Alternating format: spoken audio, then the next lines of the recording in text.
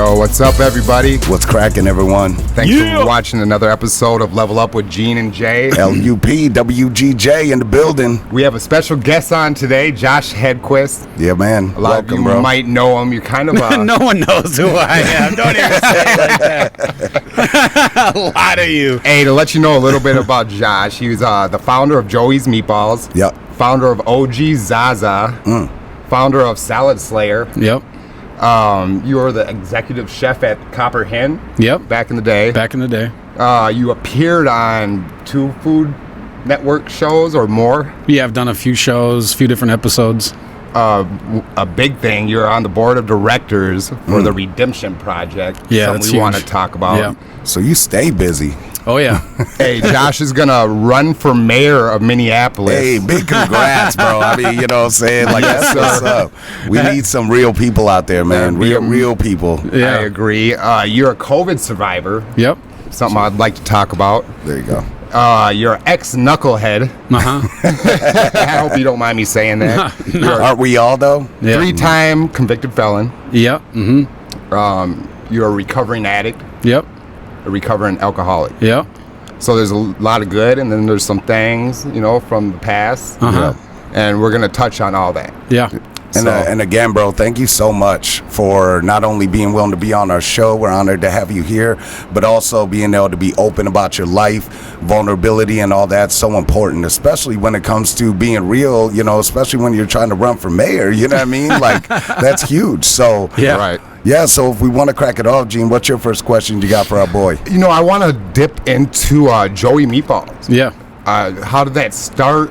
What got you motivated to open restaurants? Mm-hmm. Being an ex-knucklehead and dropping out of junior high, basically, or high school. Yep. Like, how did this all become, man? Well, I think everyone can kind of connect with the beginning where I didn't feel like I was shit. I think everyone can...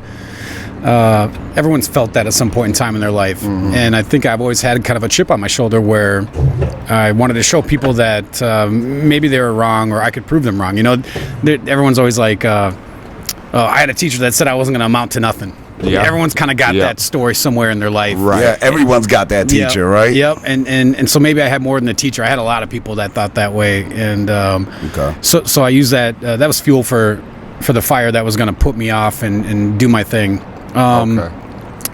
Over 20 some years I worked in restaurants.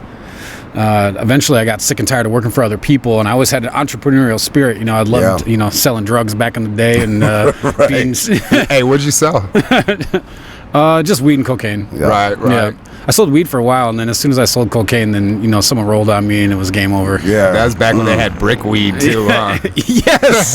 It's not bricks anymore, right? I'm just kidding. I know better, but I don't smoke weed anymore. It's crazy though, because like you were just saying, like from drug dealing, like there's a structure to that, that bleeds into businesses. There's Absolutely. an actual concrete structure. So I remember I was in a boardroom once, and I was talking to some people that were trying to get real estate agents and talk about real estate, and I had a kind of like a house hack in a way. It's completely legal, but I called it a house hack. okay. And what I used the metaphor I used was like how I used to break down a pound of weed.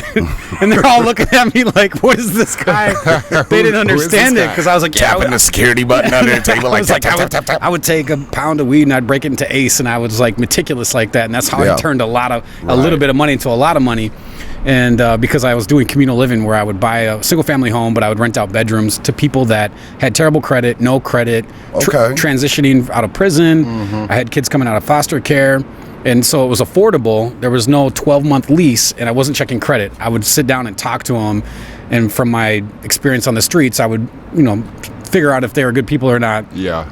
And so I was telling them about that. And I was like, I'd rather sell or rent 6 rooms to one family, because I could turn a house that my mortgage was $1,000, and I think I'd cash for like $3,200 a month. So it was like $22 to the bottom line. Yeah. Right. Okay. That ain't bad money, right? And they're like, oh, you can't do that. And I was like, Why can't I? yeah, why can't I? But and is this before you were dumping weed and shit? This is okay. I got a second chance at life. I got popped, and they told me I was, looking at 25 years, some crazy shit like that. I had second-degree drug charges. They found some guns and, cocaine, all that stuff. They make it a nice little recipe of ending your life. Building the case up on it. How long ago was that? That was mid-2000s. Okay. It was a while ago. Yeah. And I was terrified. I was like, shit, 25. You hear 25 years, it just doesn't... It's a quarter of your life. Yeah. Mm-hmm. And when you're young, it's your whole life. You're 25 and they say they're going to give you 25. That was like, damn, that's your whole life. So the cops ended up being dirty, and they pocketed cash, and then they ended up catching them. I don't know if you guys remember this. It was this New Hope drug task force where somebody was recording a song, and they went in and raided this guy's house and got everything on the microphone. The cops are like talking crazy, saying so they caught him red-handed, the cops, and then so my shit got thrown out and I was good to go. Hey, okay. So that was I've never done anything legal after that. You know what I'm saying? Like I was like, oh, thanks for looking out. That universe hit you for a minute, right? Yeah. And the reason we bring this up is not to glorify it, but we want to show people that just because you had a seedy background as a youngster, that doesn't define who you might become in the future. You know what I mean? And for you to change and do so much what you're doing right now is huge. You know what I mean? Growth is important, man. For sure. And I think it's important to talk about maybe why people end up going down a seedy route. I grew up with no dad. I didn't have siblings. I didn't have a male role model. My mom worked a lot. She wasn't around.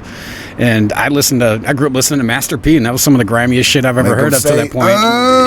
Yeah, and so I was trying to emulate that. We had a conversation about this before, and so I was like, hey, that's what I'm supposed to be. I wanted to be macho. I wanted to be a man. I wanted to have women and attention just like everybody else does, right? And so I went down the wrong path. But anyway, so I took that, fast forward, started figuring out life, quit drinking, quit doing drugs. And then next thing I know, I started to pay attention to real estate. Bought one house, bought another house, and I started getting into that. Okay. You're always looking for passive income. It's not as passive as I thought it was. You have to do a lot of shit. It was it was stressful, and I was doing some consulting. I was talking to a guy, and I was like, man, I should open up my own restaurant. Okay. I love pasta, and I was toying around with this idea of Joy Meatballs, and then the pandemic hit, and it was like, all right, I think there's something here. A lot of people are terrified, and there's a saying that I want to coin, and it's the wolves get fat when the sheep are scared. And everyone was fucking terrified, but I'm a fucking wolf. And where I came from, man, toxicity or being uncomfortable or craziness, like that's my warm, fuzzy, cool place to be at all times. So when it hit, I was like, whatever, I got this. Yeah. And when it comes to food, what inspired you to become a chef? You know what I mean? Shit. I think it chose me. I didn't choose it. I wanted some shoes. My mom was poor. She's like, get a job. I started washing dishes, and it was the first time I heard good job. Yeah. Because, like I said, that's real. Yeah. In school, I was terrible. I had learning disabilities or whatever, but I heard good job. There's some macho dudes in there, and it was kind of attractive. So it kind of chose me, and I just went through the cook, or I should say dishwasher, cook, sous chef. So you climbed the ladder. Climbed the ladder for sure. So here we are, we're in this pandemic, and I got this idea, and I'm like, I was consulting at the time, and I'm like, what am I going to do? Is it time? I think it's time. So I sold my houses, I quit my job, and I was like, I'm going to do Joy Meatballs, and everyone's like, what the fuck are you doing? So you jumped. I jumped. Yeah, man. I see that all the time in all these stupid memes on Instagram, but some of that shit is actually true, 100%. If you're not ready to jump, that's when you jump, because you should be uncomfortable. Get out of your comfort zone and fucking grow. Yeah. Don't just do what you do every day, especially when shit is crazy. Yeah. It was such a great opportunity for me. So a lot of landlords weren't going to do triple net leases, and triple net leases are hard, and they cost a lot of money, and it's like a 10-year guarantee, and you're signing your life away. They got away from that because they realized that they needed people that wanted to come in. So I could negotiate really good leases, and I didn't have to put down a ton of money. And I found out that that's probably the best time to open up a bunch of restaurants with no money. Was right there and then. So I got lucky. And so a lot of restaurants were closing down at this time, and you were building one. I was trying to build an empire. Right. And so people were like, all right, well, I was like, I can't pay rent for the first year. They're like, okay. Like that didn't happen 5 years ago. You know what I'm saying? You're like, all right. So that was the thing, and I took that hustler mentality that I learned my whole life, and I applied to this. I would sit down and I would talk to people. I feel like I can talk people into fucking anything because. Got that gift of gab, huh? Well, I had to. I didn't have it. I was very weird and awkward in the beginning of my life. But like, if I was going to get anywhere, I was going to have to learn how to interact with people. You know, like that is such an important thing for young men to learn. Is like learn how to fucking communicate. Yeah. How you feel, like really how you feel and what you see, and let people see that you're real. Yeah. You know, there's no hiding about what I'm passionate about. Yeah. People can see it, and I wear it like a badge of honor on my sleeve. Right. Absolutely. More people got to feel comfortable with that. So next thing you know, Joey Meatballs, boom, opened my first one a year ago. And I was riding this horse hard as fuck. And every time I talked to somebody, I was wheeling and dealing, pitching ideas, trying to find somebody else. And like 100 people would say no. And I'd get one person that'd say yes. I'd reel them in. Got that formula. Got that next one. And I would do it again and do it again. And eventually people started coming to me. Right. You know, because everyone started seeing all this shit popping up. Either it was like in the Minneapolis St. Paul Business Journal or Star and Trib or whatever. Sure. And bing, bang, boom. So I think we opened 7 in 12 months. We opened 7 restaurants in 12 months. Damn, 7? Wow. How many do you have total right now? I have 7 right now. We're opening up 2 more stores right now. Wow, dude. So That's a couple what's more up. months. Respect. Yeah, thanks. I gotta ask, man. Like, you know, how does someone like you like manage that many restaurants? You know what I mean? Like, it's got to be an obscene amount of stress at times, for sure. Oh But yeah. I deal with stress all the time. It's tough. Like it manifests physically. Some days I feel fucking sick. Like it's tough. Yeah. I don't sleep a lot. I'm always thinking about like, oh, how can I make more money, or how can I help this person out, or we need another cook over here, or this cook's frustrated, and you know, it just all falls on you. When you were a chef, or when I was a chef, you know, I just dealt with like this little box of shit. Right. When you're an owner, it's like a giant box of shit that you're constantly in, right? Right. But that's all right, you know, that's what I signed up for, and there's no pity there. But I just had to learn that, and there is a lot of stress, and sometimes I don't know how I deal with it. Sometimes I don't know if I deal with it real well, to be honest with you, and I'm still learning how to do that. All I know is that I care. That's real. I care about people that work for me, and I want to do the right thing, and I'm learning how to do that every day. I mean, I don't have the fucking formula yet, you know. I don't think anyone really does. It's a moving target. Well, it brings us back to that constant growth, right? Like we always trying to better our best, you know, and if you freeze and stay in place without growth, dude, you're always going to be the same. And so don't complain about it. You know, if someone doesn't want to grow, then don't get mad about other people that are growing. Absolutely. Embrace it, and then also help people grow. Yeah. You know what I'm saying? Like, pay it forward. That's probably the best thing out of anything that I do. Is like, I got people that have worked for me for years, and I've watched them continually get better. Yeah. And they've gotten pissed at me, and I've gotten pissed at them, but we never break the relationship, and I constantly keep trying, and sometimes I drive them nuts, and other times they probably feel like they're killing it at life, and that feels great. Yeah. So the Joey Meatballs was the first concept. Yeah. Which one was the second concept? Second concept was Salad Slayer. Salad Slayer. Yep. How many of those do you have? We've got 2 of those. 2 of those. Where are they at? We got one in Rosedale Center and Potluck Food Hall, which is like a food hall in a mall where it's all local vendors. Right. And then we're opening up our second one probably in a couple weeks here downtown off 6th and Nicollet in the RBC Plaza on the Skyway level. Speaking of which, I mean, y'all, if you're watching right now, we are literally have the awesome backdrop right now on location at Josh's spot with the U.S. Bank Stadium back there. So you're just growing up all around the city then. Yep. One thing I like, man, is you try to do local produce, right? Mm-hmm. And local meats and stuff too. Or? I try to do everything as local as possible. Yeah. Right now, with shortages on everything, whether it's because they don't have the product or they can't distribute the product, or there'll be a weird thing like this, right? Like a guy's got COVID, so he can't make the ink that goes on the box that your avocado's going. So you don't get the avocados because he don't got the fucking ink. Yeah, that's ridiculous. It boggles my mind. It's crazy how that all ties in. So you know, we do what we can. We develop lots of relationships, whether it's an urban. You know, we were working with these guys. They had a shipping container, and they were growing plants vertically in a shipping container. It was a true urban farm. Like you could have a farm in downtown Minneapolis. What? And let me tell you a really quick thing about produce. The last 7 days of its life before you harvest it, when it's truly ripe, gets 80% of the nutritional value or the flavor. 80% in the last 7 days. Wow. Really? So if I'm getting something from California, they're not picking it when it's ripe. Right. They pick it 2 weeks before it's ripe. So like when you eat some of these greens, it's like the first time you ever had arugula. because you'll put it in your mouth and be like, what the fuck is that? I'm like, no, that's the way it's supposed to taste. Yeah. But we just don't taste it because of the way that things work now, you know. Using big farms, you're never really going to get great produce. Now in Minnesota, it's tough. Like it's like mass production or whatever. That's but in Minnesota, trying to get local produce is tough, you know, because we're fucking 6 months of winter, right? Icelandic tundra, 6, 7 months, 8 months sometimes. It can be, you know, it can be rough depending upon what's going on. But so these guys kind of crack the code, at least with greens. Vegetables is still, you know, a little challenging. But so then we did Salad Slayer, and then pizza is like my true love affair, right? I could eat pizza breakfast, lunch, and dinner. Can I ask you a question? Yeah. That come from watching the Ninja Turtles?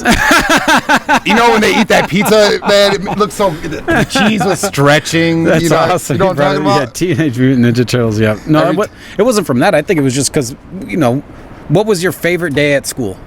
Pizza day? Pizza day at the cafeteria. I mean, True. What did you want for your birthday? Pizza. You know, if you were going to stay up late and watch movies, what did you want to eat? Pizza. True. Like, Americans have a love affair with pizza, and so do I, and I think I make it better than most. And, you know, I've traveled all over the country, and I spent a lot of time on the East Coast working with people either from Italy or from the East Coast, you know, New York, Connecticut, Boston, and those guys, they know how to make some fucking pizza, you know what I'm saying? Yeah. Like artisanal style, fermenting the dough for 72 hours, thin, crispy, but also chewy. And I'm getting hungry right now. hell yeah. I know, right? Hey, where's your phone? We can Uber, what is it called? Uber Eats. Uber Eats that shit right. over here, I'll just tell them. But you know, that's something I'm curious about. Where did you hone your skills? Did you travel to South Florida, right? Yep, I was in Florida. I was in Arizona. I was in Georgia. I was in Illinois. You know, I worked all over. Wow. Overseas at all, or No, I never. I got blacked out and woke up in Puerto Rico once, but that's about overseas I've ever been. That's a hell of a story. I'll tell you. That's a great question though. Like, do you aspire to like do something like that later though? Like, would you go overseas and stuff? Maybe for fun, you know. Yeah. What I learned was I had to get really good at something because I didn't know how to be good at anything. So I learned how to be a really good cook. That's real. I hope y'all listen to that. Fucking, if you're 18 years old and you don't know what you want to be, who cares? Just pick something and be the fucking best at it. Not because you want to be the best truck driver, because you want to learn how to be the best at something. Yeah. And so that's what cooking did for me. You know, I didn't have an idea what I was going to do. Cooking was intuitive for me, but just learning how to get good at something. So now, for me, like, cooking is number 2 on the list. For me, like, I want to be integrated into my community as much as humanly possible. I want to have a voice. I want to help out. I want to work with as many people as I possibly can and have some kind of influence or service to my community, right? Yeah. That's real. And so I'm learning. I'm going to do that because I learned how to be good at something else. So I don't think I'd ever go overseas because the days of wanting to be like an award-winning chef, like, I really love to cook and I'm good at it. Right. But that's not what drives me anymore, and that's not like really my true passion. That's what's up. So speaking of your true passion, then, I mean, you you know, you help incarcerated people learn skills, right? So I didn't help incarcerate people. Oh, sorry. I know what you meant. I was messing with you. Yeah. So I'm trying to help out, right? So recidivism is a... That was the word. That's the word. Recidivism is a fucked up thing, right? Like, I don't even know. Like, what does it mean? Like, it means you recommit. Okay. You know, I've been in every form of incarceration. You know, I've been in the workhouse. I've been in county. I've been in little town jails. I've been in, you know, 24-hour lockdown for a long time stuff. And so I was in that loophole. You know, like, I was just constantly, I'd get out and be like, oh, I'm going to be sober. I'm going to do this. And then I had no resource. I had no one to turn to. Sure. And what's kind of fucked up is, like, there is a brotherhood when you're in jail, right? It's a bunch of dudes, y'all going through the same thing, and you develop some relationships. Maybe you already know some people in there. But when you get out, you're not supposed to hang out with them. Right. Your entire support system is like, blah. And then you're shoved into an environment where, like, there's more stigma around being a convicted felon, than just about anything else in the world right now. Yeah. You know, it used to be like being gay or something, but we don't care. Yeah. You know, like, being a convicted felon is probably the worst stigma you could have on you. And what sucks about it is everybody has done something that could make you a felon. Like, these lawyers, when they're in college, I'm sure they did a little cocaine from time to time, and that could have made them a felon. You know what I mean? So I got a great story for you. This is something we talk about when we're working with the Redemption Project. Is there's a story of a girl. She was 19. She was going to Harvard. She had a fake ID and her real ID. And after 9/11, that was a felony. So she got caught at a bar with 2 IDs, and now she's a convicted felon. Wow. And dropped out of Harvard. Not even That's insane. That's fucking dumb. Yeah. Right. Wow. So now it's not even about, like, drugs. violent crimes, like real like hardcore shit, it can be really mundane, and you can still end up a convicted felon. And there's always obviously there's profit to be made. That's why, they're expanding as much as they can. The government's just trying to pull every penny they possibly can. You know what I mean? Especially private prisons. It's all about profit.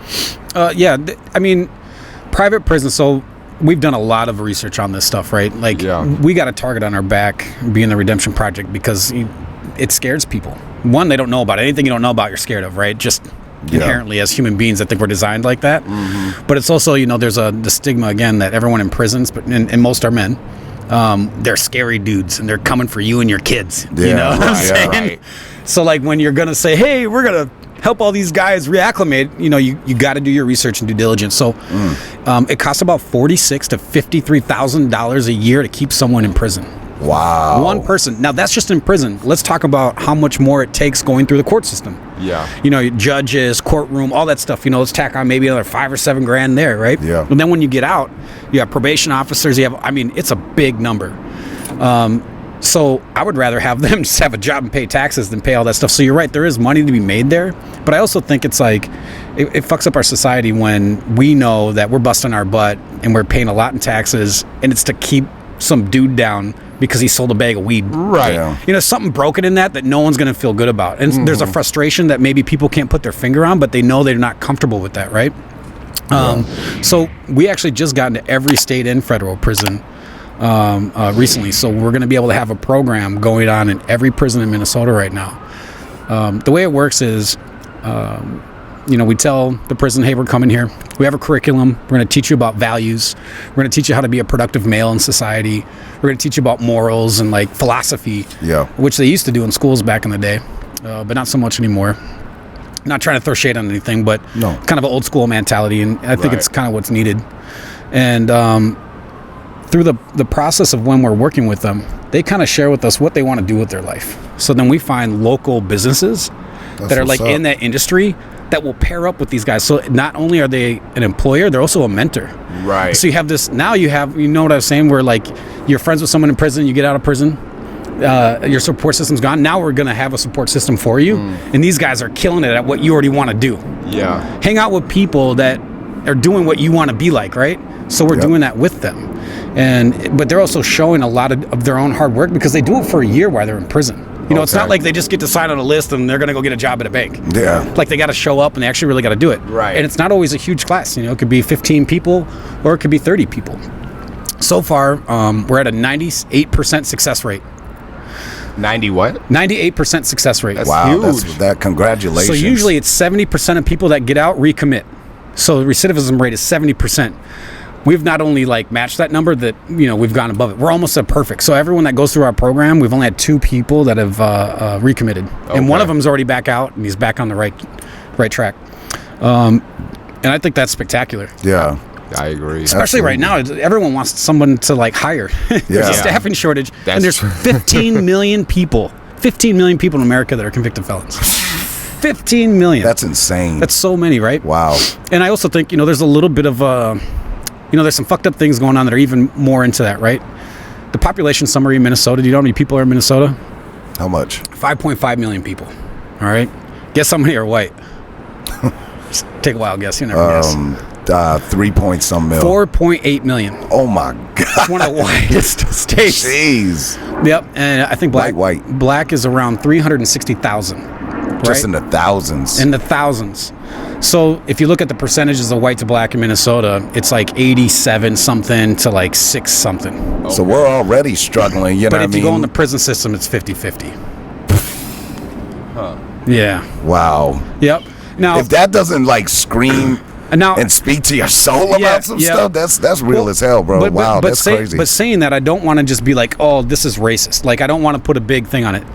Now, to unpack that, there's a lot of little things to get granular on why it's like that. There is a broken system. There's a reason why there's constant recidivism. Like if you're on probation, you can do something very simple and you're back in there, right? Yeah. Mm-hmm. And what I can tell you is that if you grow up in North Minneapolis, there isn't as many resources for you when you get out. Not many at all, man. And the resources that are there, you don't fucking want, because you don't want to sleep on your grandma's couch. You don't want to work at Wendy's. Right. Right? Because you're a man. Yeah. You don't want to live like that. You made some mistakes, but you still don't want to live like that. Right. So what are you going to do? Yep. You're going to go Jump back back on out the block. and you're going to do some dumbass shit. Yeah. So Go back to your roots, what you used to. Yeah. So I think there's more than just like one avenue of being like, oh, the system is so fucked. But I also think that in our community, it's a little fucked too, right? Yeah. Mm-hmm. So we got to identify that. So doing this redemption project thing is really spectacular because now they have a support system. They can pick something that they're really passionate about, and it's a fucking career choice. It's not like a job working at Wendy's. You're not going to be in a factory. You're not going to be washing dishes. Right. And so when I came up with Joey Meatballs, the first thing I was like, we're going to be a felony-friendly work environment. I love that. And I want to grab these Yeah. motherfuckers, and I want to teach them how to be leaders. So here's a scenario I just kind of came up with when I was thinking about all this shit, right? I'm not trying to say I'm all grand or anything, but imagine if a Joey Meatballs opened up in North Minneapolis, and a guy, let's call him Uncle Rico, instead of sleeping on grandma's couch and working at Wendy's, he owned a Joey Meatballs. Right. What's he gonna do? He's gonna help out people just like I did. Yeah. Right? Yep. Like people that want to get sober, how did they get sober? People that used to be drunks got sober, now they're going to help out the next drunk guy. It's proven that human beings will do that for each other in their community, right? So if you give a dude an opportunity in the air with no opportunity, organically, he's going to hire people that look like him, that went through him, went through the same shit. But now you're talking about these young kids, they see Uncle Rico a success story, even though he got fucking locked up, and now they got hope. Yeah.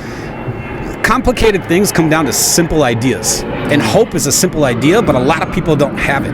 That's a very good point right there, because we've talked about this before on our podcast, is that it's about when people get out, they don't know this type of information. And it's almost like they keep it. They make it harder and harder for people to find this information, so that they go back to kind of like what you're saying, back to what they're good at. You know what I mean? And it's just such a fucked up cycle, So you doing something like this just speaks volumes, bro. That's amazing, man. Did somebody ask you to be a part of this, or did you put it together yourself? So my boy Clint, our buddy. Shout out to Clint. Eastwood. So he's like, hey, I know this dude named Tim, and he's starting this nonprofit, and he wants to see if you'll hire convicted felons. So I was running this prestigious restaurant in a really big hotel. They just dropped $60 million on building it out, and it was called Julia. We got nominated the best Italian restaurant in Minnesota. Damn. Couldn't hire one convicted felon. Right. Because they couldn't go through the system. They wouldn't hire him. They had a head of HR that would not hire convicted felons. So messed up. I was like, fuck this. It's like they did their time. Yes. Again, they do that shit on purpose. It's called paying your debt to society. Right. You paid. Nope. Got to pay us more, right? Yeah. So that kind of like pissed me the fuck off. Absolutely. And that was when I decided that I was going to do something. I was like, I got to have a plan. I've never planned anything in my life.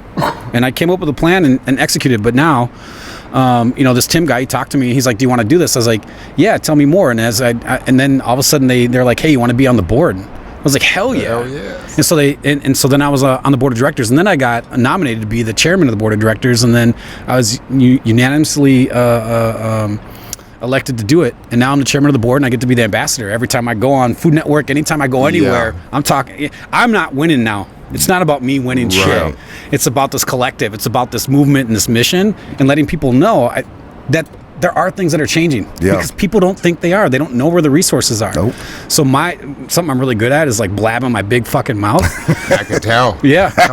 No, absolutely, dude. I told you, y'all gonna have to reel me in whenever you want to, because I won't shut up about this stuff. I fucking believe that this is gonna change everything. Very important. That everything, both sides appreciate the shit. When I go and sit in front of a panel of state representatives, Republicans and Democrats both agree that this is the right avenue. Right. Yep. Which you never see because they're rare. so fucking divided, right? So I think if you're physically conservative, you're like, hey, you don't want to pay $53,000 a year for these guys to be doing nothing. Yeah, tax right? is so important to them, on that side. Money is important to them, right? Absolutely. Money's important to me too. We need both sides to be a healthy economy, right? You need absolutely. You need safety nets that the Democrats provide, but you also need competitive capitalism so that we can grow. And I hope y'all heard that. So you need it. I couldn't do what I did myself in any other country but America. Okay. I couldn't come up from having zero education, no family wealth, alcoholic, drug. I mean, you name it. I've been stabbed in bar fights, like all kinds of shit. And all of a sudden, one day in my 30s, I'm like, hey, I'm going to open up a restaurant. Yeah. You can't do that anywhere else. It's only in America. Right. So as fucked up as it is, there's still some good stuff. Well, it's important that you actually caught yourself like seeing those signs, you Yeah. know, like this is a sign. I need to change my direction, change Yeah. my ways and stuff like that. And Yeah. look how far you've come, bro, Yeah. just from recognizing that. And there's so many people that think about it, but they don't act on it. Yeah. And then they're trapped in their own mind, dude. Yeah. So yeah, a lot of people get caught in their head. It's very inspirational, man, to hear your story. yeah, And, absolutely. It's amazing, man. It feels weird to hear that. I feel like Really? it does, man. It 'cause, really like, is, dude. Get Like, used to it. our podcast is called Leveling Up with Yeah. Gene and Jay, and this Yeah. is the epitome of leveling up, man. yeah. And I Yeah. love it, dude. But I still got a lot of work to do, you know, and I'm still working on that every day. You know, Yeah. my past still shows up. You know what I'm saying? Like, But we like all, you we said, all get conditioned minds, but you wear that like a badge of honor, yeah, right? You know? Yeah. I wouldn't be where I'm at today if I grew up in Edina with a rich family and all that shit, right? Yeah. And sometimes, you know, I can even say I'm glad I had the hard path. Yeah. Because it fucking made me hard. Gave And you character, man. Made you character and hard. perspective, which Yes, is really perspective. important. You want to talk a little bit about the Project Success, man? Yeah, for sure. So Project Success is this awesome nonprofit, and they work with high school kids in Minneapolis, and they help them find passion in things that they like. So as soon as I heard that, and someone's like, "Hey, you want to be a part of it?" I was like, "Absolutely." Sign me up. I was like, "Dang!" I Right. dove into that shit. Yeah. And so they bring all these kids into Malcolm Yards Market. You know, we got a Joey Meatballs there, and you know, I put on this thing. I made gnocchis with them. You know, gnocchi is an Italian dumpling, but I made it from scratch, and these kids are looking at me like, "What the fuck is this guy doing?" And Doing your thing. And these guys that the staff that work with these kids, they're like, "Go ahead and do you, be real." I was like, "You sure?" You sure? I was like, "Fuck school. You don't have to be good at anything. Screw what the people say. Don't get canceled. It's all right, you know." Like, but I truly believe in that. It's the Right. character. It's not the schooling. You know That what I'm is saying? so true, man. And so what I was trying to teach these kids is like, find something that speaks to you. It'll help you speak. You know, Yeah. you can't be loud with shit you're not passionate about. Yeah. You know, if you really look what you put together. You know, it's because it's something that you really hold. You know, probably close to your heart, and you really wanted to Yeah, do. man. We do. Manifestation's important. Yeah, but it's only because it comes through passion, though, and you gotta fucking love it, right? So, I got one taste of that, and I was like, all right, what else can we do? And so I've done that a few times, and you know, I've pulled cheese for them and made mozzarella. Yeah. Our next biggest thing that we want to do next year, we were supposed to do it this year, but it kind of fell through the cracks. We're gonna have these kids that want to be culinarians, and they're gonna write a menu. Okay. And then we're going to go to one of my restaurants, and they're going to get real world experience. So for 2 days, they're going to work with me in the restaurant. They're going to prep their shit. They're going to label it. They're going to cook it. They're going to cut it. They're going to do all these things. Yeah. And then people are going to buy tickets, and they're going to come in. And these guys are going to have to cook the food for the people that are paying for the tickets. Ooh, okay. So they get to feel the pressure. Yeah. Yeah. You know, they get to get a taste of real world life, because it ain't easy. And I think No. these kids stuck in front of their phones all day don't know what real stress is. Right. It's important that we allow them to feel stress, but also are there to help them at Feel the same that time. heat under them Yep. a little bit. Yeah. Eat and support at the same time. And then all the proceeds, you know, go to Project Success. Project Success. Wow. That's awesome. Did you ever envision that you would be where you're at today? Absolutely not. Like a mentor? Never. The way you're... Nothing. I was gonna ask too. Do you consider yourself like a motivational speaker in a certain sense, or have you ever thought about doing something like that? Self-proclaimed. I mean, I guess so. I love listening to guys that do those things. You know who I love listening to talk is Will Smith. Even though recently he's got a little. I love Will Smith. But man, he's got some great stories. He's got one where this is the epitome of how I attack everything in my life. He's like, if me and you get on a treadmill and we're gonna compete and see who can go longer, there's only two outcomes: either I fucking die or I win. Yeah. And I'm like, yes, that's my spirit animal. And that's 100%. the way it is. I'm not the smartest guy. I'm not the most charismatic. I'm not the best looking. I'm not the best spoken. I'm not the best at fucking anything. Yeah. But I will not give up. And that's the one thing I can always control, is whether I'm ready to give up or not. And that's what's gotten me through life. But you know what the easy thing is? Everyone can have that. Yeah, and that's a strong foundation to have, man. Yeah. Like underneath, with especially in the direction you're headed and everything. When it comes to like, did we talk like as far as mayor, like running for it? Like, Oh, yeah. that's Yeah, I put that on my profile of Bumble.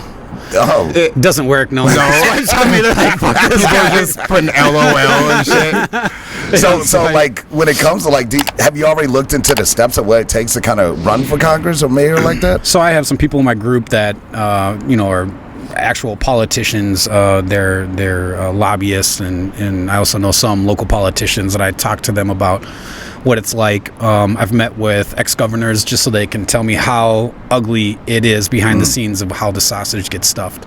Right. You know, no one gets to come in and be the champion all the way through. You do have to play the game. You know, and that's a lot of things that we don't understand because we're outside looking in. It's just like at a restaurant. Yeah. You guys just see the plate of food hit the table. Right. You don't see all the shit that goes on back there to get it on that plate. But it's still important too, because like you were saying earlier, there's these kids that went to school and did all the paperwork crap, you know, but you got that experience, you know what I mean? Yeah. So you will probably have to work with, you know, what's going on the inside. Yep. But at the same time, you're bringing your perspective. Yeah. And I think a lot of people will be able to lean on that. I mean, us already, you know what I mean? Like, we're already leveling up because you got our vote, you know what I'm saying, all day, brother.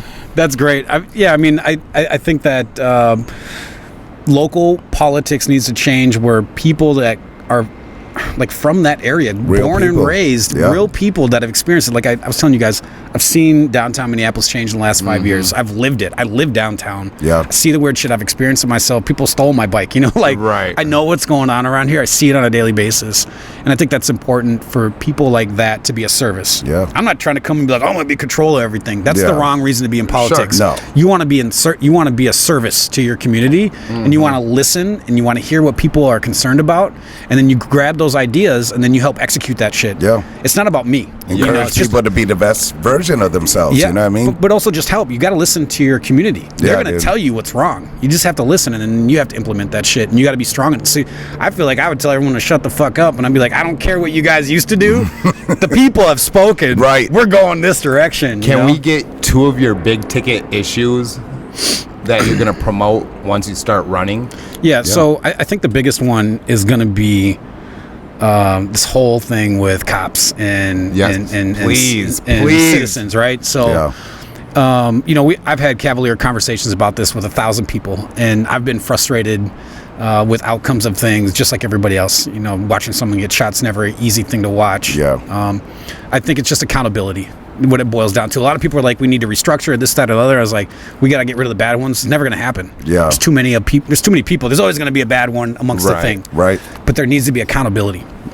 And, you know, after I got popped and they said 25 years over my head, I thought about it the second time I was going to do it, and I decided not to because I knew I was going to get held accountable if I fucked up again, you know? Yeah. So if someone kills somebody and they're unarmed, whether they're a cop or a regular person, if they're going to do time, that's why we don't go out and shoot everybody, right? Because like we know we're gonna go to the clink, right? So I think there's definitely something as far as reform that goes into that, where people need to be held accountable regardless if they have a badge or not. If you shoot someone that's unarmed, I don't know, man. You got to pay the piper. Yeah, just like everybody else, you know. Don't be scared. If you took this job, take it. You know, I appreciate police. Trust me, after being a business owner, you know, there's a little bit of a paradigm shift where before I was like, fuck the police, but like we need the police. But we need good police. Yeah, and lately just the bad ones have just been taking all the publicity and they're in the spotlight right now, you know, which isn't a bad thing too. It's us like putting them on blast, you know. So that's crazy. It's a lot to unpack. It's a slippery slope though, because we don't want everyone thinking every cop sucks. Yeah, because absolutely. I felt that way in the past when I was a kid. You know, like I did not like the police. Yeah, fuck the police. It gave me anxiety every time I saw one. You know, whether I was doing something bad or not. And we kind of got to get rid of that. Yeah, because I think it's on both sides. Because now when we see a cop, we're like, "Fuck you," and we put up our dukes. And it's like, "Whoa," you know, that's put us in some dumb positions, right? So we have to hold police accountable, and then we have to bring everyone back together a little bit. You know what I'm saying? And we could go more in depth with that. Like if you live in Waconia, maybe you shouldn't be a cop in Minneapolis. Yeah, that's a huge I think point. cops in Minneapolis should live in Minneapolis. Yep. Yeah. Yep. 100%. Yeah. You should know the people in your community. I agree. Because when they're losing their fucking mind, you're going to know that they got a mom, kids, sister, and you're going to know their sister, and you might approach it with a little bit more compassion. Especially, I mean, like if you're well known, you know what I mean? If people know who you are, like I was just going to ask, as far as them changing it, they're kind of trying to take a mental health approach, right? Like trying to get more people that are crisis negotiators and stuff like that.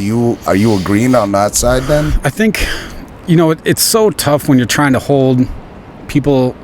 Like, so if you hear that there's a guy with a gun and he's trying to shoot his baby mama, you know, who do you send? The crisis people or the cops? Yeah, exactly. And something that I've learned in life is things are so subjective and so complicated that sometimes what we have isn't necessarily broken. It just needs to be refined a little bit. Yeah. And a lot of people are like, oh, let's just totally rebuild it from the ground up. I'm like, that'd be like you buying a house and you didn't like the way it looks, so you just demolished it and built a new house. Yeah. Right. Terrible decision. And it ain't that easy either. I like that analogy, man. Right? So, like, just take the house and paint it. You know, like, do some things. And I think that inherently the structure that we have will work. It just needs to be addressed a little differently. You know what I'm saying? And everybody needs a voice. I think that's a huge, big ticket thing on your agenda. What's your second one? Second one, well, I think that, you know, the pandemic affected Minnesota really hard and Minneapolis really hard. You know, there was lots of mandates, only in Minneapolis proper, which I thought was kind of weird. You know, they put a vaccine mandate in Minneapolis. Let me tell you some figures, right? So out of those 360,000 black people that You're not a doctor though, right? No, that live in Minnesota, like 80% live in Minneapolis and St. Paul, right? So when you take small businesses, which are historically restaurants in Minneapolis and St. Paul, and you say vaccine mandate, mask mandate, the majority of minority-owned businesses are in Minneapolis and St. Paul. Right. And they're like, oh, but we're like, I don't know if I can say this, woke, and we're trying to help the little man, but it's like, why is St. Louis Park printing money with Whitey McGavin just selling margaritas like it's 1999? You know what I'm saying? Right. And so I think they've made some mistakes economically that are going to affect everybody's pocket. You know, it's really hard to build back Minneapolis on any level when 70% of restaurants close. Yeah. And That's a you're big losing number, man. you're losing jobs, you're losing tax revenue. You know, there's a lot of things that happen, and it's also now there's stigma. People that live in Eden Prairie are like, fuck Minneapolis, I'm not going there. Yeah. You know, there's no good restaurants and there's too much crime. Yeah. So Minneapolis has been an eater city for so long. You know, we are climbing the ladder. We're like, oh, we're relevant now. And we have all these beautiful stadiums, which is very unique. I don't know if you know this, but most downtowns don't have all their major sports teams' stadium located downtown. Oh, really? Yeah, never. And we got it right back. Can we see it on camera? Well, it's right behind Josh right now. So we got US Bank Stadium, we got the Target Center, and we got the Twins Field, right? Yeah. And so we have this really cool city that has beautiful restaurants, lots of reasons to come down here, tons of venues, and it's not being executed really well. So I think we have to like look at what do we have to do to bring people back downtown and get our economy flowing again. I love the build back Minneapolis. I think that's a great approach, bro. Yeah. Yeah, I feel like it's really risky for you. Like, you're building restaurants in Minneapolis, I'm investing my own time and money into restaurants in downtown Minneapolis. Yep. Yeah, it feels Again, like that's why they vote for him. You know, it sounds like a risky. of course it's a risk, but that's like what I've been doing my whole. I got nothing to lose, bro. You know what I'm saying? Hey, what did Biggie say? Nothing to lose, everything to gain. I've been fighting over crumbs with the cockroaches my whole life, so this ain't nothing. You know, the thing is, sometimes you also got to be a trailblazer too. So when Joy Meatballs, when there's 1,000 of them, and we're the ones saying we're a felony-friendly work environment, guess who's got to get on board? Chipotle, Wendy's, McDonald's, because if they want to be competitive with us, follow suit. They got to do that shit, right? Absolutely, dude. And so if we're, you know, I'm publicly going into places in downtown Minneapolis and trying to revitalize the little things that I can, maybe someone will be like, oh, if he does it, maybe I'll do it, you know? Yeah. Right, Sometimes it just comes down to having big balls. Yeah. I love that. And you just got to go down there and get the fucking job done. Yeah, 100%, bro. 100%. Are you Italian? No. I think in my second life or first life I was. Sure. No. Yeah. Well, I know for a fact that 40 minutes, an hour could not cover the amount of information that we could get with you, sitting down with you, bro. You're an amazing guest to have on the show, thanks, for man. sure. Let me tell you something, Jay. So back when the whole George Floyd thing happened, man, Yeah. I lived 3 blocks away, and you know, every day I went down to George Floyd Square just to kick it. And Yeah. who do I see rolling up? Josh, all by himself, man. That's Rolled what's up. The very next day. Yeah. Yep, the very next day. He rolled up to the church parking lot, and he wasn't with anybody. He just came there to show his support. Yeah. And to see what's going on in the city, right? Yeah, absolutely. And I also wanted to I didn't want people to forget. I felt like every time tragedy happens, people get pissed for 2 days. Yeah. And then nothing fucking changes. Yeah. And my main thing this time was like, something needs to change. We need change. Change. So, you know, I went down there to try to voice whatever I could and support whatever I could and do my little ass part. Not that anyone really listened, but at least like I feel like I'm doing the thing that I'm supposed to be doing, right? Yeah, Sometimes that's all it comes bro. down to, right? You just hold yourself to that standard. And Right, from what it right. sounds like, bro, of everything you've been doing lately, this is just the beginning. I for hope, you. you know, like, you know, we got big aspirations to do things. You know, we want to get into franchising. I don't know how much time we got, but we'll be wrapping up pretty quick here. So we want to get into franchising. I'll tie a bow on it real quick. And I'm working with Chamber of Commerce, and we're working with diversity and inclusion. And an idea that we have is where we want to franchise maybe 15 Salad Slayers or Joey Meatballs or whatever. And we're going to work with the Chamber of Commerce with the diversity and inclusion. We want to be like, hey, we're going to open 15. We got 5 for you guys.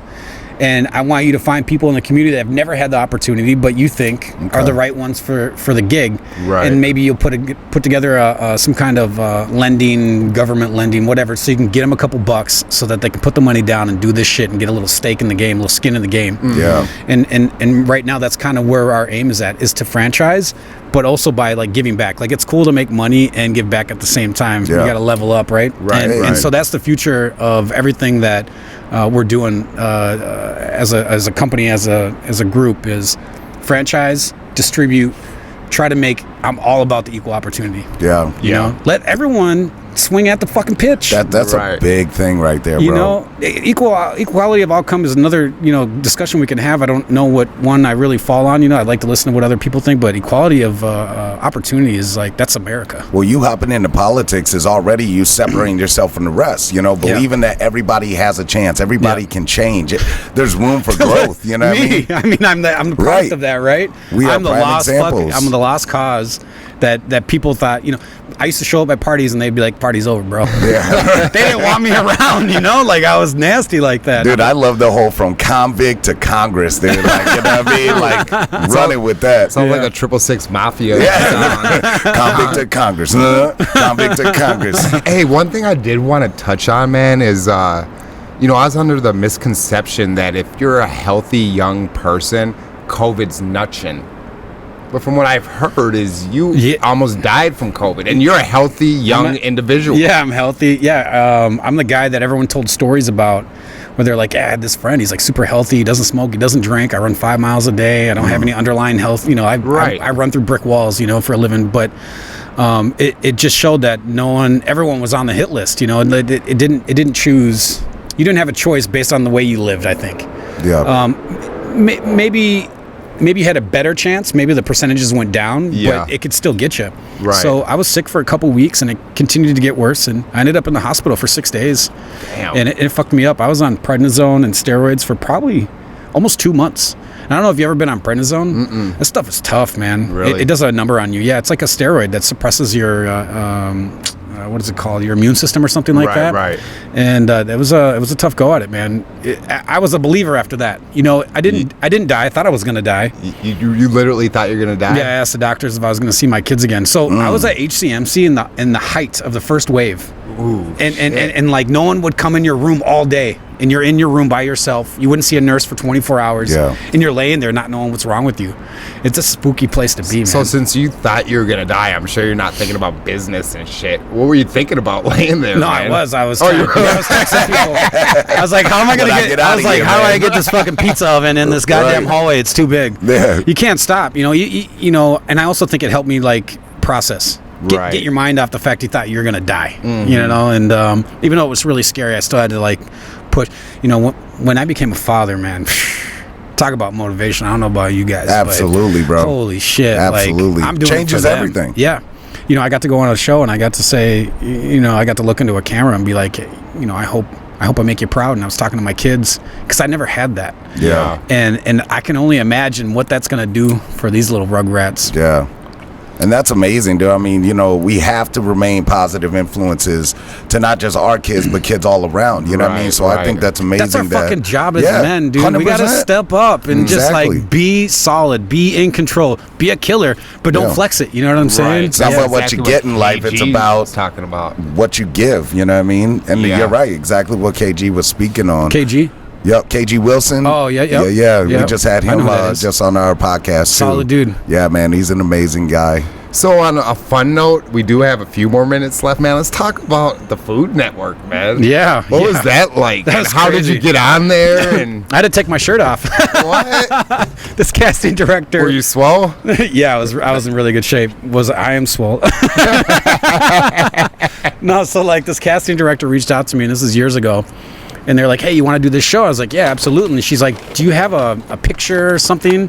And I only had like a thirst trap picture that I took earlier that day. Right. And so I was like, fuck it. If I'm going to do it, I'm going to show them I got a little bit of humor. And so I sent her this shirtless picture, and I got a chest tattoo. And she immediately hit me back and was like, oh, me and all the ladies really like that. Nice, bro. And next thing I know, I landed my first gig on Guys Grocery Games. They call it Triple G. Okay. And I went on there, and it was crazy, 18-hour day, get my butt kicked, and I won $20K.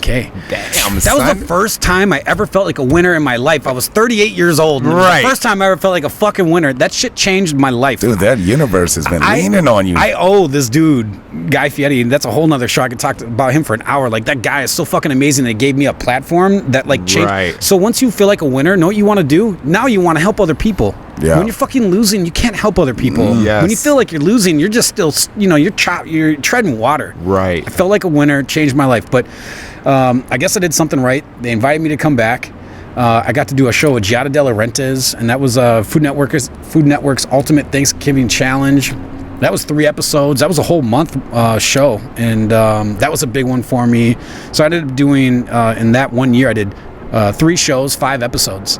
Damn. Yeah, right? That's crazy. I was like, I thought that was going to be like my new career, my life. Did it make you want to get into Hollywood and shit? It kind of did, but I also knew that it's not what you think it is. Right.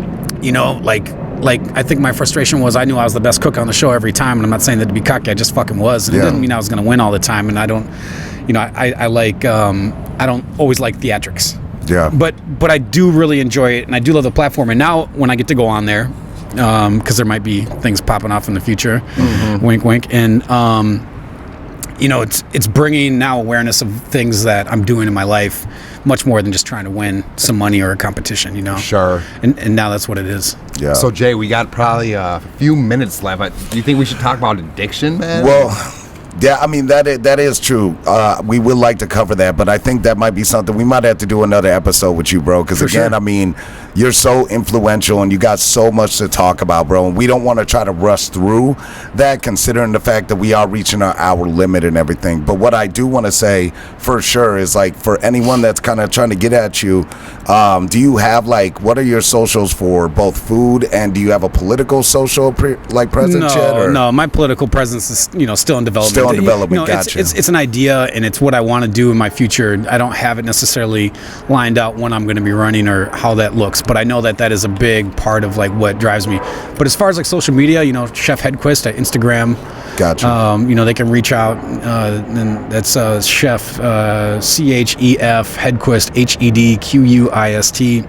And drop me a DM, if anybody ever needs anything, they need a job, they want opportunity, they want to ask me about how to get an LLC, how to do franchise. Like, I've done all the fucking legwork, and I'm not keeping any secrets. Anyone that needs anything, fucking. And they can DM you straight through there, huh? Yeah. Okay. That's how it works, And then as far as like the project and all that you do, can they get to you directly through there as well, or is there a website you want them to go to or anything? I mean, we got websites for our restaurants, joymeatballs.org or saladslayer.com, ogzaza.com, but if you got any questions about anything, especially you want to start your own business, someone that needs some help with something, someone that needs mentorship, you need a fucking place to live, whatever it is, I got a ton of resources. I got a lot of friends that are all in the same boat I'm at, where we're trying to give back and do cool shit. Absolutely, bro. And so like Gene was saying, y'all, Josh has been sober for about 7 years, is it? Yeah, 7 years. So big congrats to you on that, y'all. So I can't even remember getting drunk. That's crazy. It's so long ago. So that's sipping on beer. That's huge.